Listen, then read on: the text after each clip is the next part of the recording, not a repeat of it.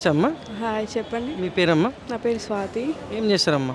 నేను house wife, ఇంట్లోనే ఉంటా. సీఎం రేవంత్ రెడ్డి గారి పాలనపై మీ అభిప్రాయం ఏంటమ్మా? అప్పటికిప్పటికి చాలా తేడా ఉంది. కేసీఆర్కి ఇప్పటికీ అప్పుడు ఏమన్నా బస్సు అంతే, ఏది చేయలేదు ఇంతవరకు అతను. ఆ జాబ్స్ ఇన్కేస్ ఆ కరెంటు బిల్, ఆ కరెంట్ అయితే ఊకే పోతుంది. అప్పటికిప్పటికి చాలా తేడా ఉంది.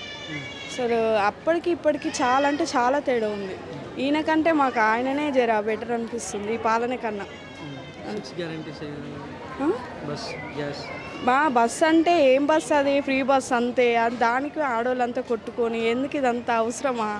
అది ఇచ్చేదేదో చూసుకొని అవన్నీ ఇవ్వాలి కదా. ఇష్టం వచ్చినట్టు ఇచ్చి మమ్మల్ని కొట్టుకోమని ఇవ్వడం తప్పితే ఏం లేదు అక్కడ. చాలా చెత్త, అసలు వేస్ట్. మరి గతంలో కేసీఆర్ గారి పాలనపై మీ అభిప్రాయం ఏంటమ్మా? చేసినంత వరకు చాలా బెటర్. అసలు ఆ కరెంటుతోనైనా అమ్మాయిలకు కల్పించే రక్షణ అవన్నీ బెటర్. ఇప్పటికప్పటికి చాలా తేడా ఉంది. చెత్త, అసలు వేస్ట్. థ్యాంక్స్ అమ్మా. Thank you. అమ్మా నమస్తే, మీ పేరమ్మా? శైలజ. ఏం చేస్తారమ్మా? మేము యాజ్ వైపు. సీఎం రేవంత్ రెడ్డి గారి పాలనపై మీ అభిప్రాయం ఏంటమ్మా? తాను ఇప్పటి వరకు చేసినవైతే బాగానే ఉన్నామండి.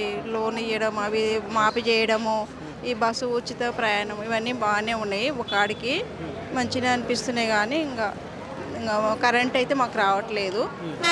వేరే డిస్టిక్ కాబట్టి ఈ డిస్టిక్లోనే ఉండాలంటారు. కానీ మాది మహబూబ్నగర్ డిస్టిక్, ఇక్కడ ఉన్నాం కాబట్టి మాకు రావట్లేదు. గ్యాస్ అయితే వస్తుంది. గ్యాస్ అయితే బాగానే ఉంది. ఇంకా మన రుణమాఫీకి మంచిగా చేసిండు, బాగానే ఉంది ఇప్పటివరకు అయితే. మాకు అనుకున్నవి చేసిండు. రాజశేఖర్ కన్నా నేనైతే మంచిగా చేసిండు, బాగా చేసిండు. మరి గతంలో కేసీఆర్ గారి పాలనపై మీ అభిప్రాయం ఏంటమ్మా? గత 9 సంవత్సరాలు తను ఏం చేసిండు అంటే, ఇంకా తను రుణమాఫీ అన్నప్పుడు సంవత్సరానికి 25,000 అట్లా అన్నాడు. కానీ అవి ఎటు వచ్చినావు ఎటు పోయినావో అర్థం కావట్లేదు.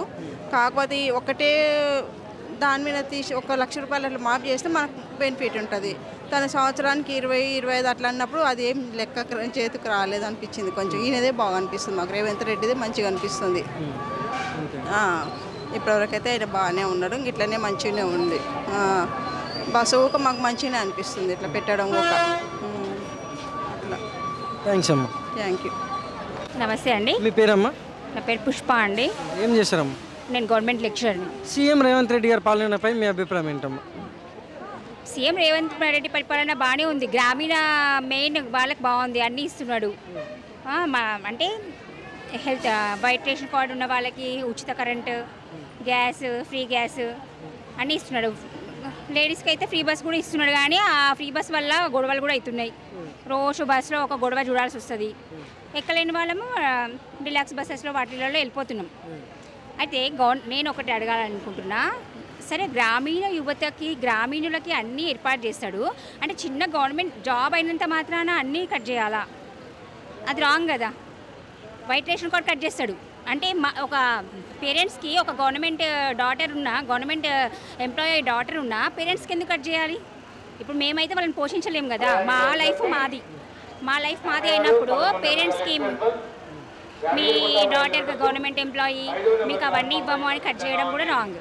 అది ఇవ్వాలి, వాళ్ళకి ఇవ్వాలి. ఎందుకంటే ఎంప్లాయీకి కట్ చేయండి. ఎంప్లాయీ పర్పస్ మిగతా ఫ్యామిలీ మెంబర్స్కి కట్ చేయడం రాంగ్. అది ఓకేలే, మిగతా అన్ని పనులు బాగా చేస్తున్నాడు. కాకపోతే మా ఎంప్లాయీస్కి డిఏలు, పిఆర్సీలు ఇస్తే బాగుండు. ఎందుకంటే చాలా రోజులు అయిపోయింది పిఆర్సీ ఇంప్లిమెంట్ అయ్యి. పిఆర్సీ ఇప్పుడు ఇంకొక 2 ఇయర్స్ అయిపోయింది. అసలు 2 ఇయర్స్ బ్యాక్ ఇంప్లిమెంట్ అవ్వాలి, కాలేదు. ఇప్పుడు డిఏలు ఇవ్వమంటే కూడా ఫండ్స్ లేవు అనేసి చెప్తున్నాడు.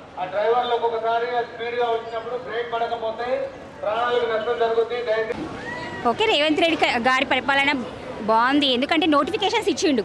మన కేసీఆర్ గారి పరిపాలన చూసుకున్నట్లయితే ఈ యొక్క గవర్నమెంట్ నోటిఫికేషన్స్ గ్రూప్ 1 చేసిండు, గ్రూప్ 2 చేసేసిండు, గ్రూప్ 3 కూడా వచ్చేసింది. చాలా పోస్టులు ఫిల్ చేసిండు. ఆ యువతకైతే జాబ్ పర్పస్ బాగానే జాబ్స్ వచ్చేసాయి.